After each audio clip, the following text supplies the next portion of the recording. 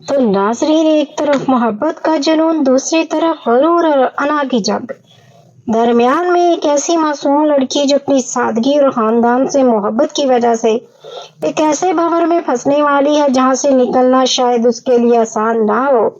جی ہاں ناظرین، drama serial تپش کی کہانی اب ایک ایسے مرحلے میں داخل ہو چکی ہے جہاں ہر منظر ناظرین کو حیران کر رہا ہے اور ہر نئی قسط ایک نئے راز کے دروازے کھولتی جا رہی ہے۔ ایسا محسوس ہوتا ہے کہ شاہزر اب صرف ایک عام محبت کرنے والا انسان نہیں رہا، بلکہ اس کی چاہت آہستہ آہستہ جنون کی شکل اختیار کرتی جا رہی ہے۔ وہ شفا کو صرف پسند نہیں کرتا بلکہ اسے ہر حال میں حاصل کرنا چاہتا ہے، اور یہی چیز آگے چل کر کئی رشتوں کے درمیان فاصلے پیدا کر سکتی ہے۔ شروع سے اگر ہم کہانی کا جائزہ لیں تو شفا ایک نہایت سادہ، ذمہ دار اور خاندان سے محبت کرنے والی لڑکی کے طور پر سامنے آتی ہے۔ اس کے پوری دنیا، اس کا گھر، اس کی بھائی، اس کی بھابھی اور خاص طور پر اس کا بھتیجا عمر ہے۔ شفا وہ لڑکی ہے جو اپنی خوشیوں سے زیادہ اپنے خاندان کی خوشیوں کو اہمیت دیتی ہے۔ وہ ایک ایونٹ آرگنائز ہونے کے باوجود اپنے خاندان کی ہر چھوٹی بڑی ضرورت کو ترجیح دیتی ہے۔ دوسری طرف شاہزر ایک امیر، بااثر اور غرور سے بھرپور نوجوان۔ اسے ہمیشہ اپنی مرضی کے مطابق چیزیں حاصل کرنے کی عادت رہی ہے۔ اس کی شخصیت میں اعتماد ضرور ہے، لیکن اسی اعتماد کے ساتھ ایک خطرناک حد تک ضد اور انا بھی موجود ہے۔ کہانی کا سب سے خوبصورت اور جذباتی پہلو تب سامنے آتا ہے جب شفا اپنے بھتیجے عمر کی سالگرہ کے لیے خاص انتظامات کرتی ہے۔ ایک پھپھو اور بھتیجے کے رشتے کی خوبصورتی کو بہت خوبصورت انداز میں دکھایا گیا ہے۔ شفا کے چہرے کی خوشی اور اپنے بھتیجے کے لیے اس کی محبت ہر منظر میں صاف دکھائی دیتی ہے، لیکن قسمت کو شاید کچھ اور ہی منظور ہوتا ہے، کیونکہ خوشیوں کے اسی ماحول میں اچانک ایک ایسا لمحہ آتا ہے جو سب کچھ بدل دیتا ہے۔ عمر کی اچانک طبیعت خراب ہو جاتی ہے اور پورا خاندان پریشانی میں مبتلا ہو جاتا ہے۔ اسی دوران دوسری طرف شاہزر کی دنیا مکمل طور پر مختلف دکھائی جاتی ہے۔ پارٹی، شور شرابہ، لڑائیاں اور طاقت کا نشہ۔ شاہزر اپنی طاقت کے زور پر ہر چیز کو حل کرنا چاہتا ہے۔ ایک لڑائی کے دوران اس کا غصہ اور اس کا خطرناک رویہ سامنے آتا ہے۔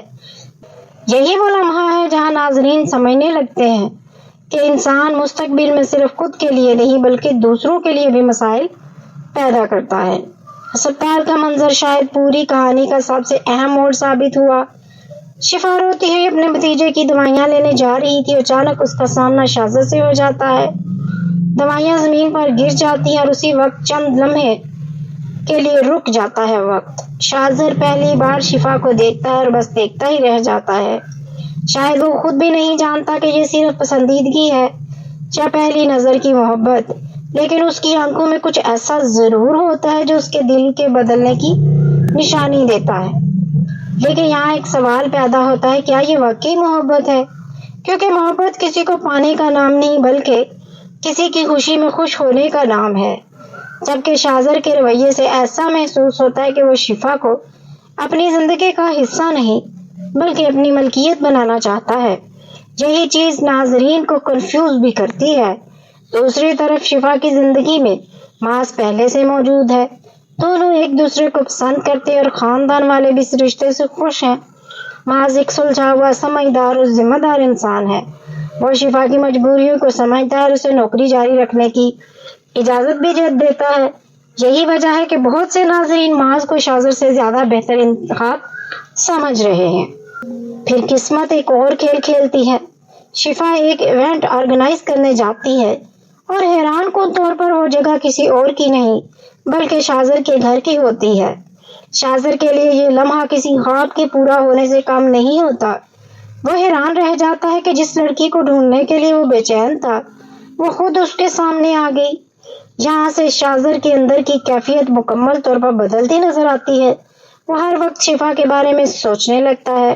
اسے ہر جگہ صرف شفا دکھائی دیتی ہے، لیکن جیسے ہی اسے معلوم ہوتا ہے کہ شفا پہلے سے منگنی شدہ ہے تو اس کے اندر موجود غرور اور ضد جاگ اٹھتی ہے۔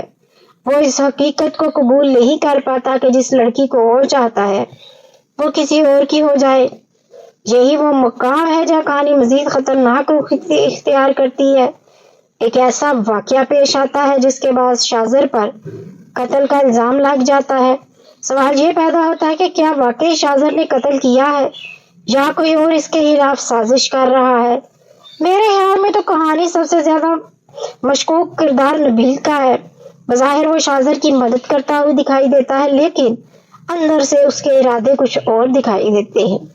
اس کے چہرے کے تاثرات اور اس کے فیصلے بار بار یہی اشارہ دیتے ہیں کہ وہ شاذر کا خیرخواہ نہیں ہے۔